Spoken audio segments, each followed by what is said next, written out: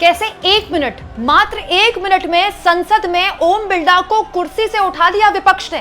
कैसे इंडिया गठबंधन के सारे सांसद वेल में घुस आए, काले कपड़े पहनकर जबरदस्त तरीके से सरकार के खिलाफ नारेबाजी की और देश के युवाओं के समर्थन में आवाज बुलंद किए।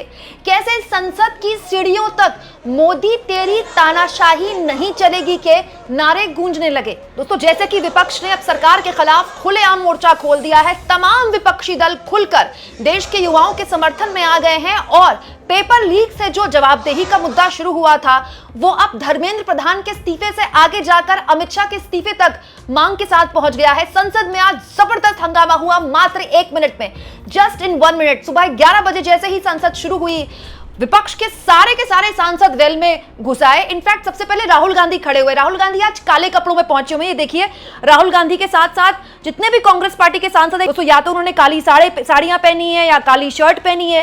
काले कपड़े पहनकर कांग्रेस पार्टी के सांसदों ने एकता दिखाई है कि जिस तरह से आपने जो देश का युवा है उस पर बर्बरता की, लाठीचार्ज करके और टीयर गैस छोड़कर। हालत ये हो गई दोस्तों कि जैसे ही ओम बिरला आए, राहुल गांधी खड़े रहे, वो बैठे नहीं। ओम बिरला को वो इशारा करके बोल रहे थे कि मुझे बोलने दिया जाए, लेकिन आप जानते हैं विपक्ष को बोलने का मौका नहीं दिया जाता।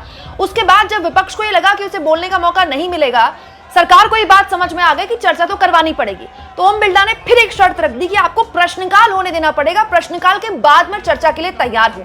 लेकिन तब तक विपक्ष अपना पूरा जो धैर्य था वो खो चुका था और सारे के सारे सांसद वेल में आ गए। 1 मिनट के अंदर ओम बिरला को कुछ यूं कुर्सी से उठना पड़ा।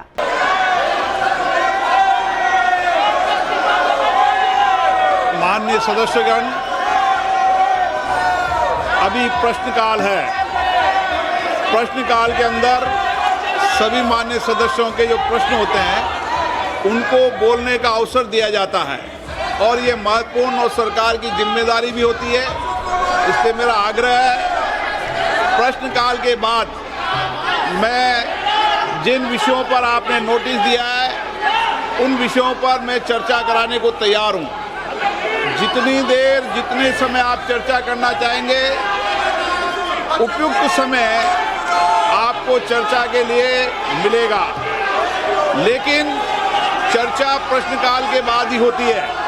अगर आप सदन में चर्चा करना चाहते हैं तो आप नोटिस दीजिए, मैं प्रश्नकाल के बाद आपको चर्चा करना की अनुमति प्रदान करने के लिए तैयार हूँ। आप अगर सदन नियोजित तरीके से नहीं चलाना चाहते, सदन की मर्यादा को नहीं बनाना चाहते, तो सदन की कार्रवाई नहीं चलेगी। सदन आज 12 बजे तक के लिए स्थगित किया जाता है। और इसके बाद तो संसद के बाहर भी विपक्ष ने मोदी तेरी तानाशाही नहीं चलेगी के नारे लगाए और देश के युवाओं के समर्थन में अपनी आवाज बुलंद की। धर्मेंद्र प्रधान इस्तीफा दो, धर्मेंद्र प्रधान इस्तीफा दो, नरेंद्र मोदी कायर है। दोस्तों, धर्मेंद्र प्रधान के इस्तीफे की मांग के साथ साथ अब विपक्ष ये भी कह रहा है कि अमित शाह भी जवाब दे संसद में आकर कि आखिर आपने देश के युवाओं पर टीयर गैस छोड़ने के आदेश कैसे अपनी पुलिस को दे दिए, आपने उनके सर कैसे फुड़वा लिए। दरअसल दोस्तों हुआ क्या, आज द हिंदू में ये एक बहुत ही हैरतअंगेज खबर छपी है। द हिंदू की इस खबर के मुताबिक अगर आप देखें तो दिल्ली में आज तक ये पहला मामला हुआ है कि टीयर गैस छोड़ी गई है, आंसू गैस छोड़ी गई है, जो आज से पहले कभी नहीं हुआ। दोस्तों, द हिंदू ने एक खबर छाप दी जिसमें बताया गया है कि देश की राजधानी में पहली बार सुरक्षा बलों ने आम नागरिकों पर न केवल पैलेट गन चलाई बल्कि शॉक बैटन भी इस्तेमाल किए।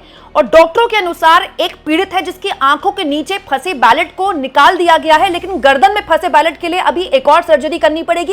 एक 21 साल की बच्ची है जो वेंटिलेटर पर थी, अभी फिलहाल उनकी स्थिति ठीक बताई जा रही है। अगर स्थिति ठीक रही तब उनको वेंटिलेटर से हटाया जाएगा। इसके अलावा कम से कम 80 प्रदर्शनकारियों में से एक व्यक्ति को पैलेट गन से चोट आई है।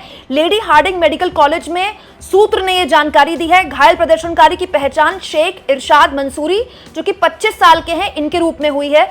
इसके अलावा भी कई लोगों को चोटें आई हैं। द हिंदू की इस आर्टिकल ने छाप दिया।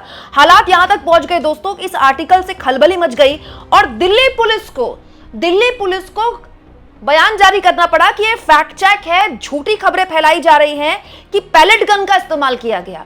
टीयर गैस का तो इस्तेमाल किया गया, वो तो सबने देखा। लेकिन दिल्ली पुलिस ने कहा कि टोटल झूठी खबरें फैलाई जा रही है कि पैलेट गन का इस्तेमाल किया गया। इस तरह की मिसलीडिंग इंफॉर्मेशन पर आप भरोसा मत करें। और दिल्ली पुलिस की बात को कॉन्ट्रडिक्ट कर दिया विजेता सिंह ने। विजेता सिंह दोस्तों द हिंदू की पत्रकार है। दोस्तों विजेता सिंह ने कहा, ये कहानी पढ़े, इसमें बताया गया है कि दिल्ली पुलिस ने पैलेट का इस्तेमाल करने से इनकार किया। पैलेट गन और शॉक बैटन आरएएफ के साजो सामान का हिस्सा है। आरएएफ ने 20 जुलाई को जंतर मंतर और उसके आसपास दिल्ली पुलिस के साथ मिलकर काम किया और वहां तैनात थे। आरएएफ सीआरपीएफ का ही एक हिस्सा है। केंद्रीय सशस्त्र बलों को राज्य पुलिस इस मामले में दिल्ली पुलिस के अनुरोध पर तैनात किया जाता है। विजेता ये कह रही है कि दिल्ली पुलिस अपने आप को अलग कर रही है कि हमने तो पैलेट गन का इस्तेमाल नहीं किया, लेकिन विजेता ये कह रही है कि आरएएफ के हिस्से में आता है। पैलेट गन आरएएफ इस्तेमाल करती है, लेकिन आरएएफ जो जब किसी राज्य में डिप्लॉय होती है स्पेशल कारणों की वजह से, तो वो उस राज्य की पुलिस के अंतर्गत काम करती है। पुलिस बताती है कि कहां पर क्या डिप्लॉयमेंट है। तो दिल्ली पुलिस अपना तो पल्ला झाड़ सकती है, लेकिन आरएएफ ने इसका मतलब की होगी।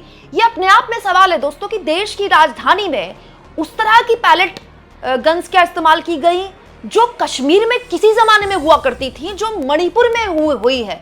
मतलब राजधानी दिल्ली में आप ऐसा कैसे कर सकते हैं? और बकायदा द हिंदू ने उन लोगों के नाम छाप दिए। दैनिक भास्कर में भी दोस्तों इन लोगों के नाम छापे हैं जो हॉस्पिटल में एडमिट हैं।